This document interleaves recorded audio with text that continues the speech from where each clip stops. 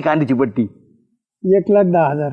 ओ बाबो 1,10,000 आणि तरी सदा एवढं तर राव तू. अरे वरचे 1,000 खर्च करायला काय अर्थ नाही तुला. सदा भाऊ ना कावा शिलट्यावानी करतो भाऊ. मग काय उगा आपलं.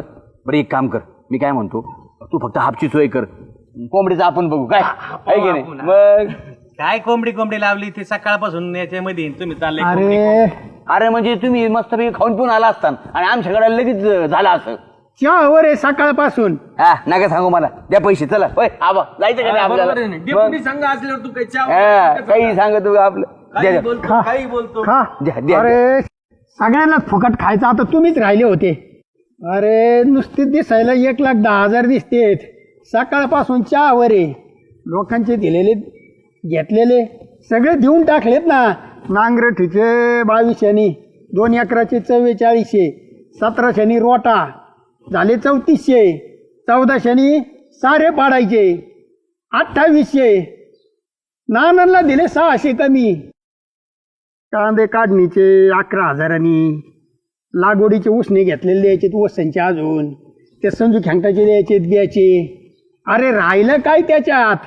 13,500 रुपये, 96-96 तर खर्च झालाय. अरे श्यामा सगळेच खायला टापलेले आहेत. इथं आहे ना मार्केटमध्ये गेलं का आपलाच कांदा आपण असा बोतावणे बघायचा. गोण्याच्या बोकांनी उभे राहतात, लाथानी कांदे ढकली तेत. चाललाय निलाव 300-400 यांच्या बापाचा आहे.